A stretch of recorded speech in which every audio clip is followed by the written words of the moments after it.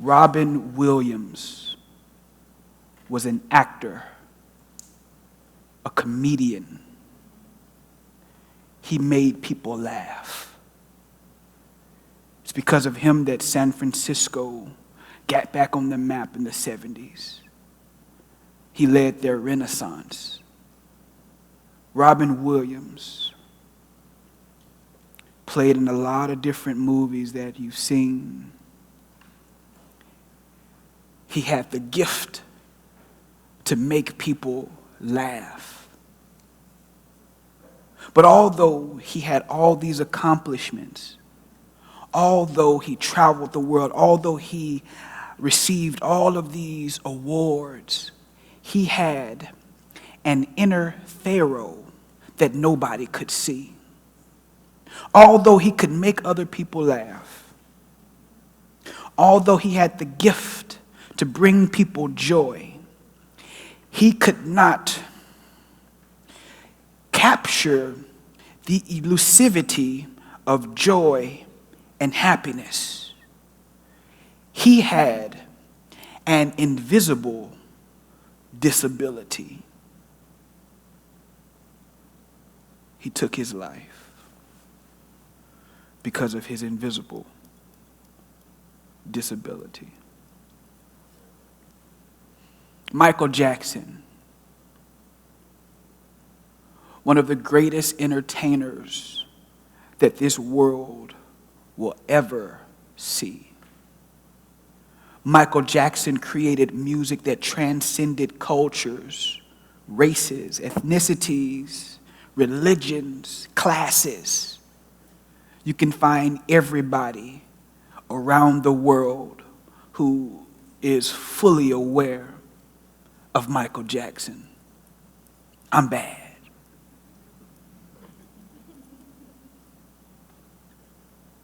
He had all things that money could buy. The last time I checked, he had a carnival in his own home, his own property. But although he achieved all of these great things, he had, Danny, an invisible disability. He couldn't go to sleep at night. Money could not buy him sleep. And because he could not sleep, and because of his invisible disability, it brought his life to an abrupt end. Everybody say invisible disability. I got one more for you, though. Prince Rogers Nelson. A person who created his own genre of music. I think about the age of 18, he signed his first contract. And at his first album, he wrote, produced, composed, and played all 27 instruments that he taught himself how to play.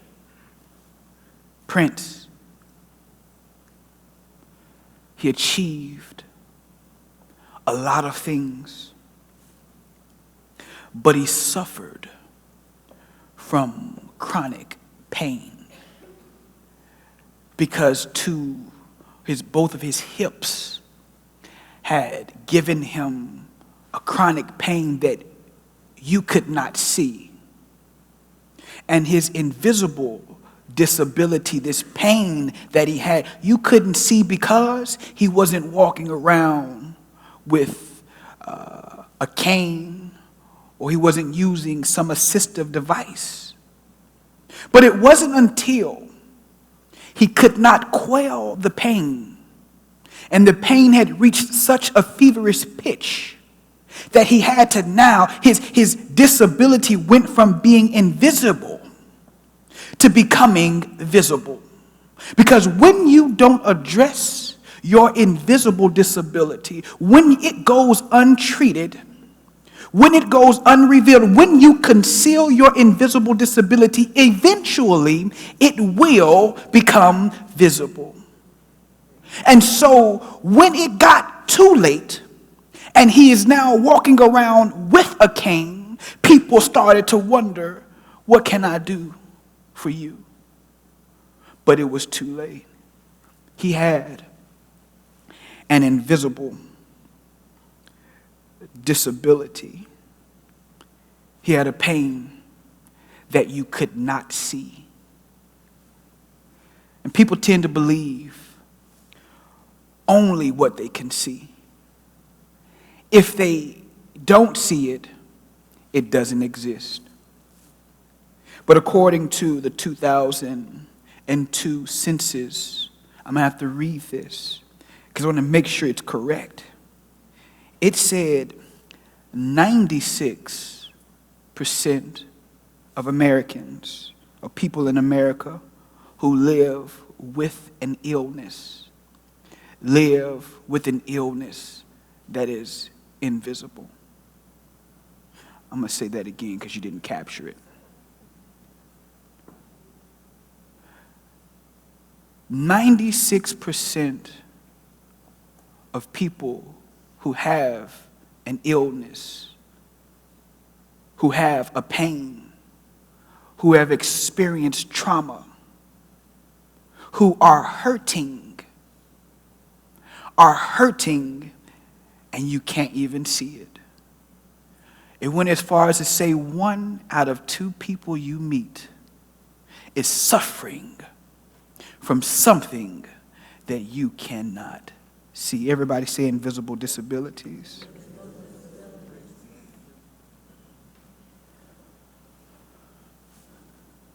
But more than the physical, there are emotional and spiritual issues in our lives that have gone undetected, unidentified, and unrevealed. Let me give you this. An invisible disability, the working definition today, or through this series, is an issue, limitation, chronic pain, emotionally, physically, and spiritually, that people suffer from, but show no outward sign of the inward struggle. Not just the physical, but the spiritual and even the emotional pain.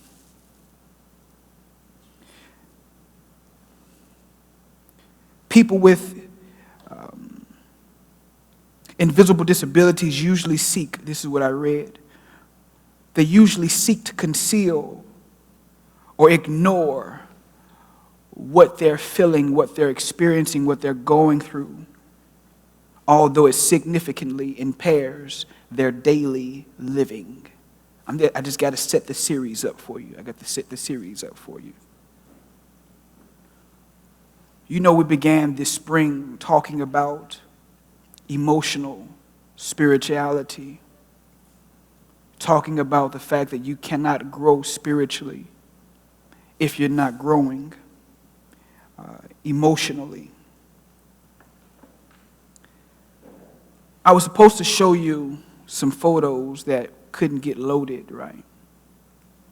So imagine a few slides on the screen. The first slide is Isaac Curry, a photo shoot, and I'm smiling, looking perfectly fine. I'm not fine. I don't look fine. I'm just saying, I look okay, whatever. You know what I'm saying. I'm not saying that I look good. It's not what I'm saying. Y'all messing it up. The second photo was taken, that first photo was taken in November. Second photo is me and my beautiful niece taken last week when I was at Donuts for Dads at her daycare. And when it was time for me to leave, she was looking very sad, although I was smiling. And it was a wonderful picture. It evoked emotions. we look okay. The third photo was taken a month or so ago with me and my good friend Eli. He's back there in the corner playing his Game Boy. He had just received his black belt. And so he's doing this right here, and I'm beside him, and I'm smiling. Everybody looks happy. And then, the last photo again is another photo of me during the singles conference, and I'm just screaming as my usual self. And then I'm supposed to ask you, what do all these photos have in common? And then you're supposed to tell me, you look happy, everything looks well. You look at me today, I heard some people say, he looks sharp today. I appreciate that. This is the best I got to offer. But what if I told you that in each of those photos, and even today, I'm probably experiencing some of the worst pain that I have experienced? What if I told you that I couldn't see? I know, it looks like I can see.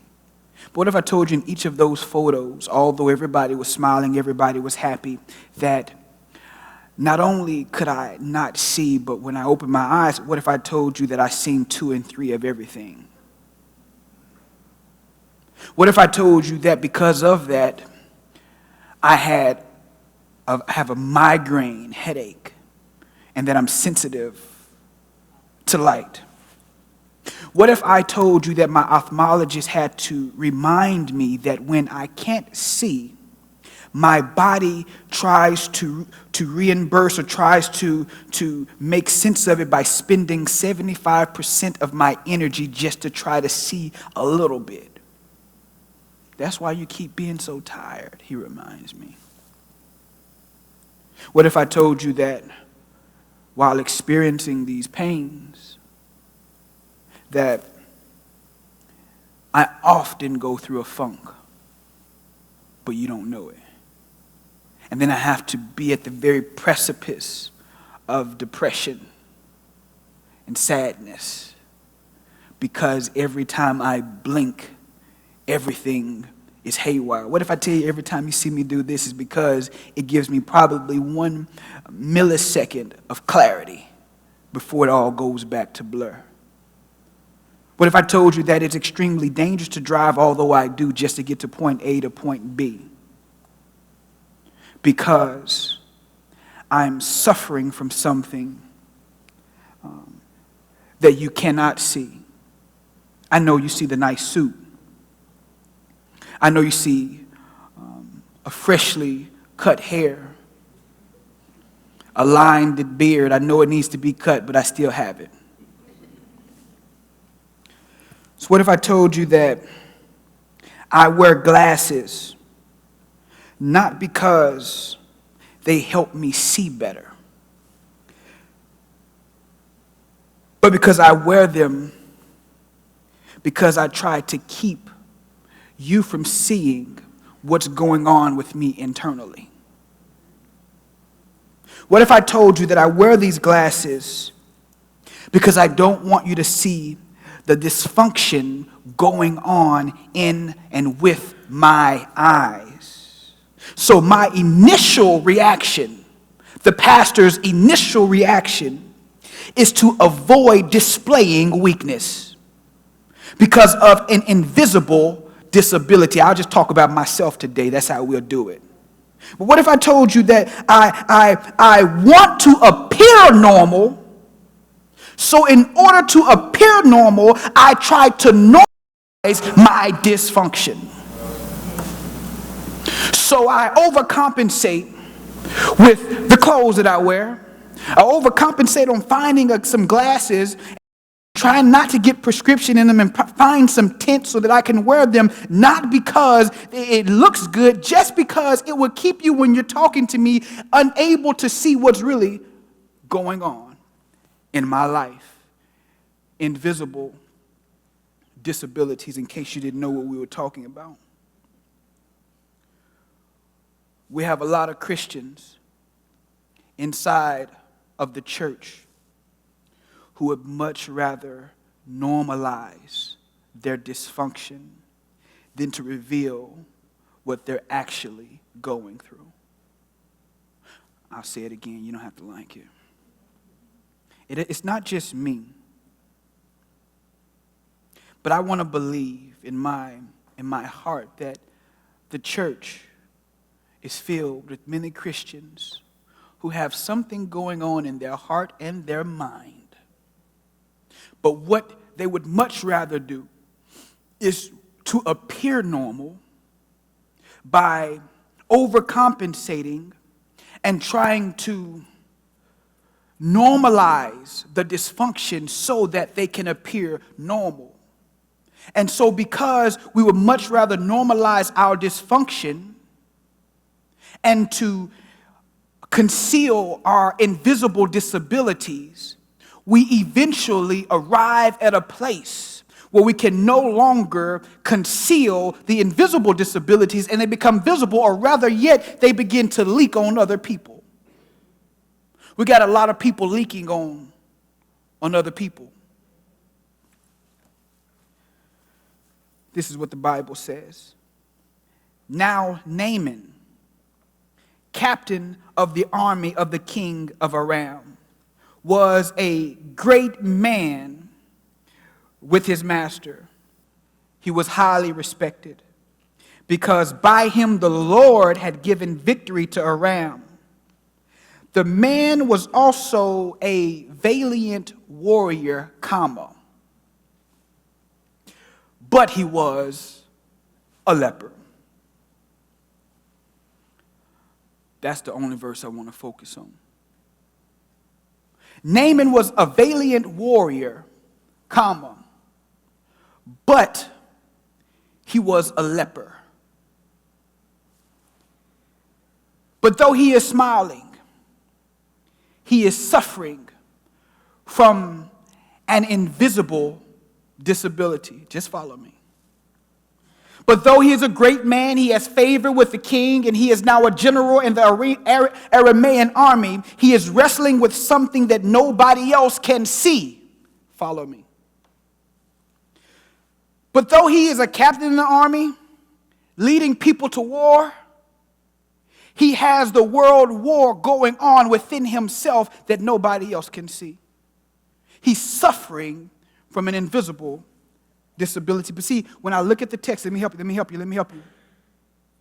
He is suffering from leprosy, but he is still concurrently holding the office of a general in the army.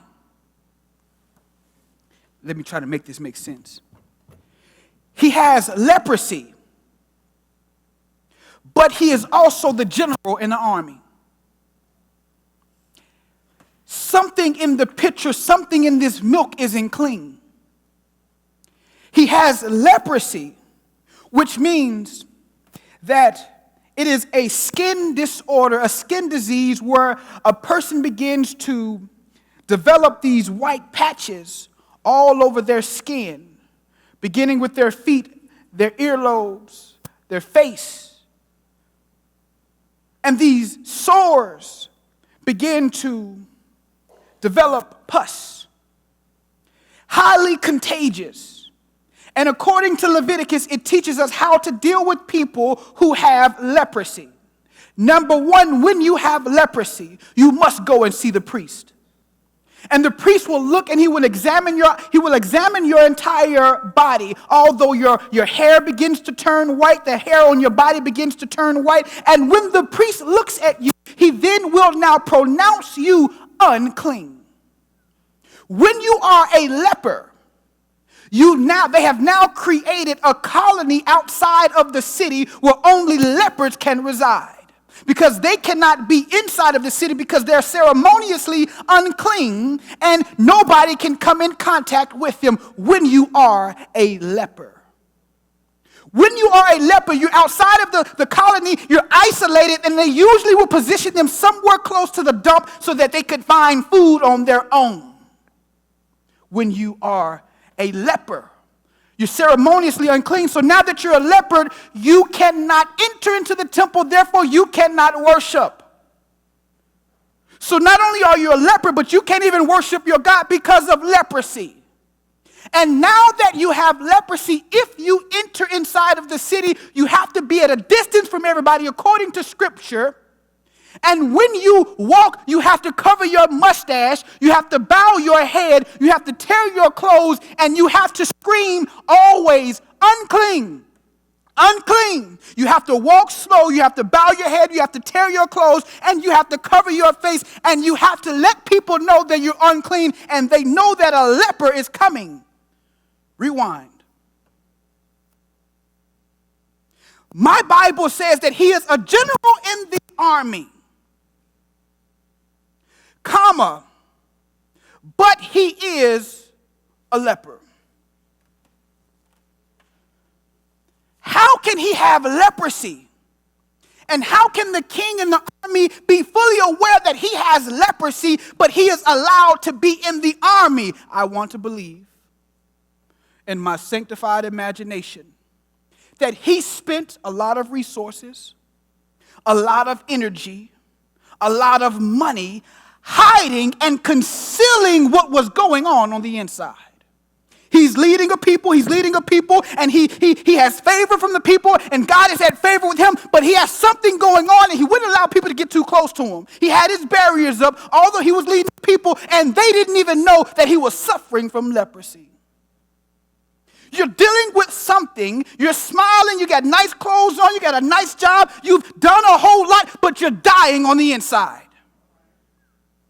And so you would much rather die on the inside than to find some help. An invisible disability. He is the general in the army, and only a select few people know that he's suffering from what he's suffering from. And so this is why when I look at the text, and then it's this servant girl, she's Jewish. And I want to believe that she had to receive what he was leaking from.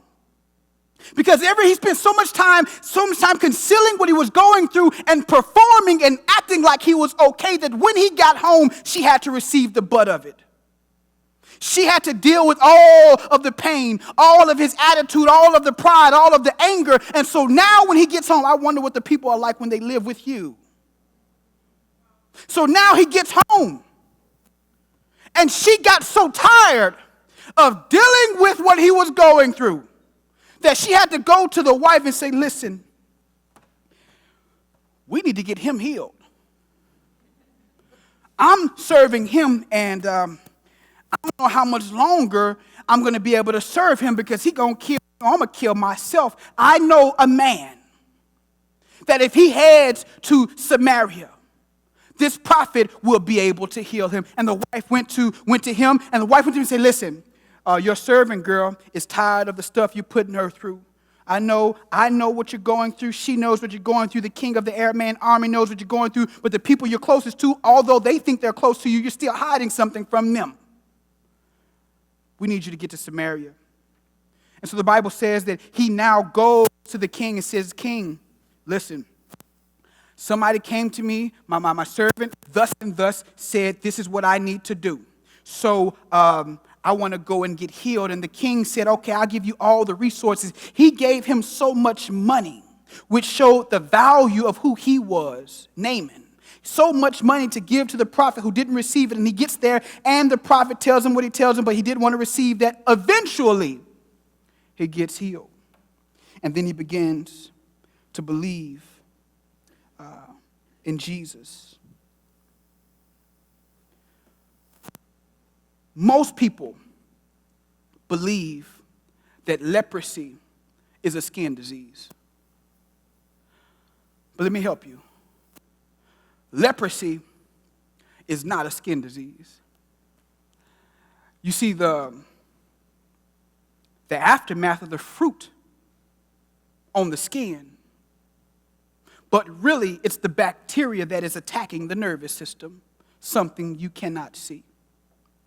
And so the bacteria begins to enter into the body, and it attacks the nervous system. And now that it attacks the nervous system, your nerves is trying to communicate to your brain, and now your nerves are now dead because of the bacteria attacking it. And so now when the bacteria is attacking the nerves, you can no longer, it begins to mess with your ability to feel. And so as a leper, the first thing that typically goes is the feeling in their body. They can no longer feel their hands, their arms, and this is why many lepers would be seen with no limbs, not because the leprosy did it, not because of the disease, because of the aftermath of what was going on the inside that nobody could see. Leprosy, the bacteria would attack the nervous system, and then it would send signals to the eyes, telling the eyes to blink, but the eyes wouldn't get the message because the brain couldn't get through the nervous system. And so now the leper would keep his or her eyes open because they didn't know to blink because they never got the memo because the nervous system is dead. And so now their eyes have been open for so long, it begins to dry, so much so that they begin to lose vision. Lepers can no longer feel.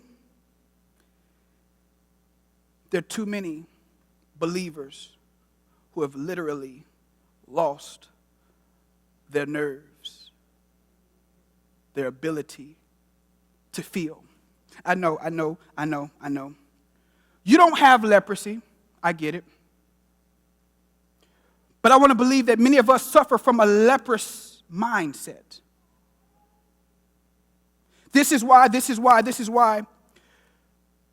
when you're living a leprous mindset, not admitting when you're hurt because you don't want to feel it or you're in denial. The numbness of what you're denying can actually exacerbate the problem. You're hurting. Somebody offended you. You experienced some trauma. You're in a situation you don't need to be in. It hurts.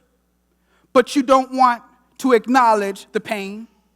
You would much rather stay where you are and deny what you're. It's a leprous mindset. Let me help you. You think it's deliverance that you don't feel the pain when it's actually denial. But if you can't feel it, then you don't know what needs to be fixed. Many of us are suffering. Many relationships are suffering. Many marriages have suffered because people don't know that they're actually dying. The relationship is actually dying. You don't want to feel. You don't want to admit what's going on. And now you literally have lost your nerves. A leprous mindset. You don't have leprosy. But there's something going on internally that you don't want to admit. You don't want to acknowledge. You don't want to feel. You've created a defensive mechanism that you had started from birth to help you to handle and deal with the things that went on in your life. And it helped and it worked when you were a child. You built these defense mechanisms. You built these defense mechanisms to deal with the pain of somebody doing something to you or somebody hurting you or somebody violating you when you were a child. The defense mechanisms, they made sense. It help you to grow into adulthood, but now that you're in adulthood, you've carried the defense mechanisms to an adult, but it doesn't work as an adult because now you cannot literally grow spiritually and emotionally because you still have erected these defense mechanisms. I'm saying that we have some people with some leprous mindsets. You literally cannot feel. You're choosing not to address something going on in your life, something going on in your proximity. You would much rather conceal it and act like it's not there. Naaman, is a leper. And he's literally hiding in plain sight. He's among 165 people in a room. And he looks perfectly normal. He drives a pretty nice car. He has a wonderful job. But yet he's dying on the inside. How many Naamans do we know? Let me give you this.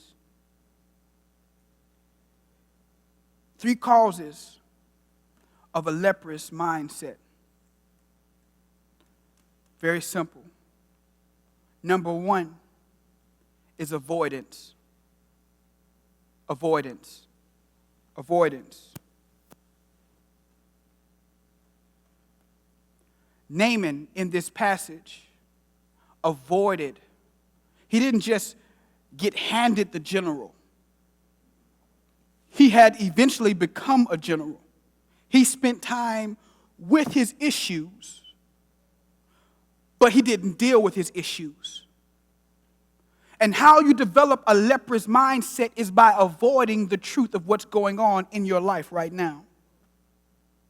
Invisible disabilities are arguably the most debilitating because nobody knows what you're going through, and as long as they don't know, you can pretend that everything is all right. He is avoiding dealing with what's really going on in his life. If you want to develop a leprous mindset, keep avoiding.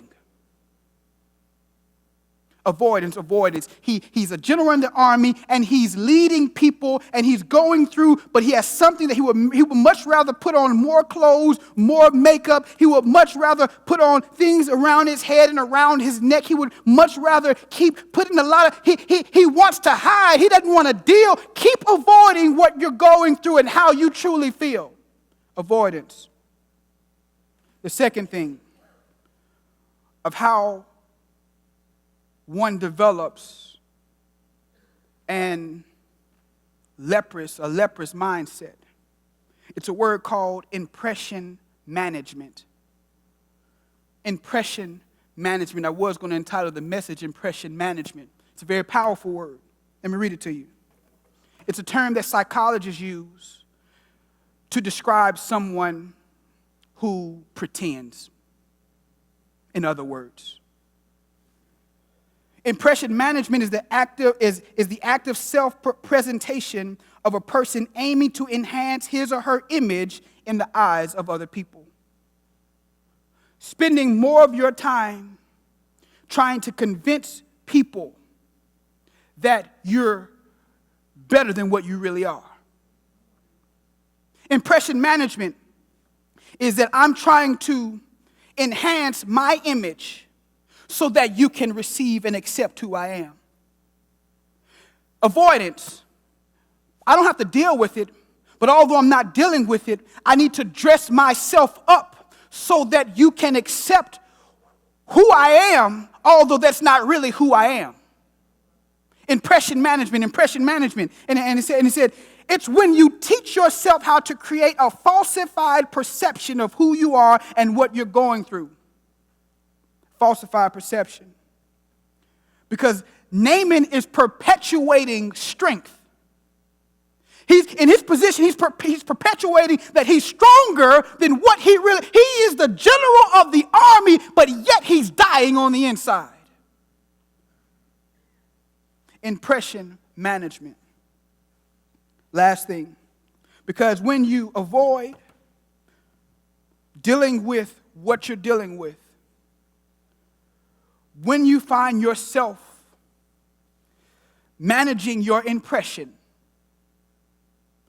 because I need to act a little bit more when I'm around you, but when I'm around you, I don't have to act as much. But when I'm around you, I need to make sure that I dress up a lot more, and I got to make sure I'm really better than what I'm managing my impression among different people because I need you all to receive me. I may not have to wear my glasses when I'm around Danny, but I may wear it when I'm around somebody else because I'm trying to manage my impression.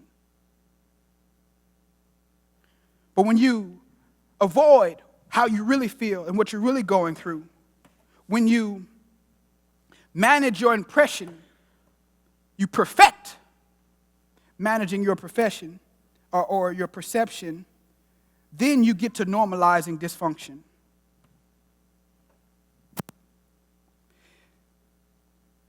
Invisible disabilities literally erode us because we convince ourselves that we're not as bad as we really are. Naaman, his way of dealing with what was going on the inside was surrounding himself around other normal people. Because if I situate and position myself around other people who are normal, then I can convince myself that I'm not really as bad as I really am. And so many of us would much rather position ourselves around other people, around situations of other people who feel and look normal, and you're not normal. You got something eroding on the inside of you. It's an invisible disability that you must address. You're normalizing the dysfunction, Isaac. So I help you with this. But I was. This is not a point, but this is something that stood out to me, though. The king knew all this time that he's suffering from leprosy.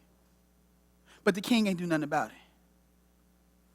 It wasn't until Naaman came to the king and said, I wanted to address this leprosy, that the king decided to help him. The king knew he was struggling and hurting on the inside. But as long as he was winning the battles, as long as he was working and performing for the king wasn't going to help him to deal with what was going on the inside. You got to be careful, because some people will be around you, say they're in your corner, say they're going to help you, but know you're struggling and still won't even lend you a hand. Unpause. So what now? So what now? How do we deal with this? And I'll give you this and we leave. How do I deal with it? 1, pay attention to yourself. Pay attention. I don't have to give you nothing extravagant. I don't have to jump through no hoops. Pay attention to yourself. St. Augustine of Hippo, the 4th century preacher, this is what he said. This is what he said in his book, Confessions. How can you draw close to God and yet you're so far from yourself? And then he prays a prayer in Confessions, and the prayer starts like this: Lord, grant that I may know myself so that I may know you more. Because if you don't know yourself, if you're unwilling to look at yourself in the mirror and really diagnose why you feel and why you act the way you act, why are you so defensive, why are you so hypersensitive about this subject, if you cannot know yourself, it's virtually impossible to truly engage and know who God is.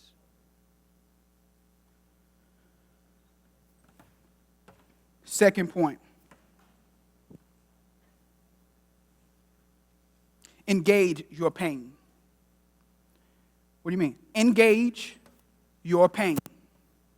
I know it's countercultural, counterintuitive. Walk into your pain, not avoid it. Engage your pain. Our ability, I told you, our ability as a child, we learn how to avoid things. We don't have to feel it.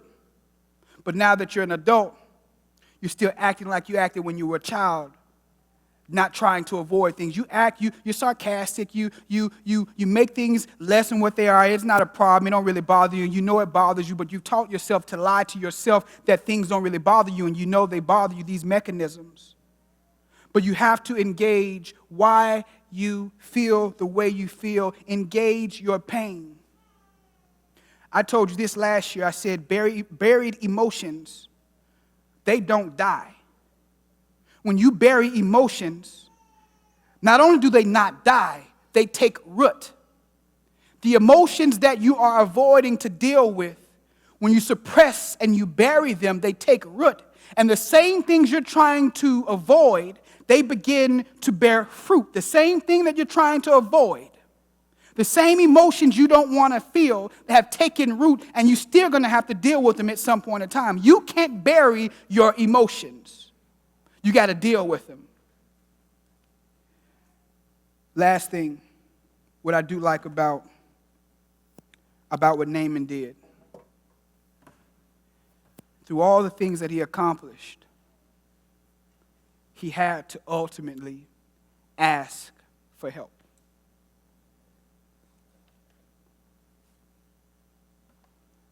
You got a lot going on, whatever it is.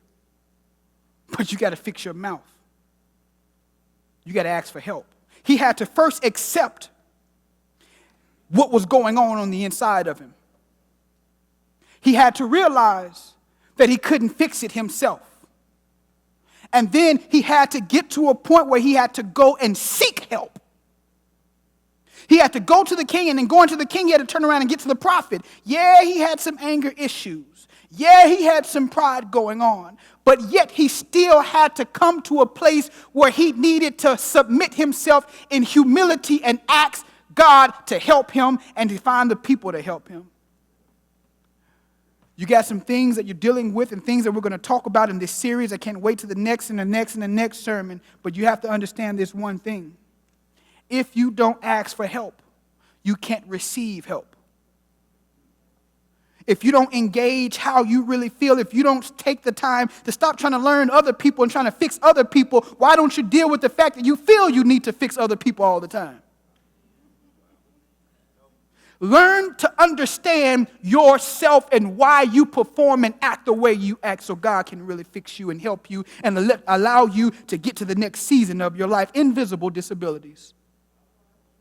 Stop hiding in plain sight. I know I look like I belong to the group because I fix myself up so that I don't have to address what's really going on. Don't make the same mistake.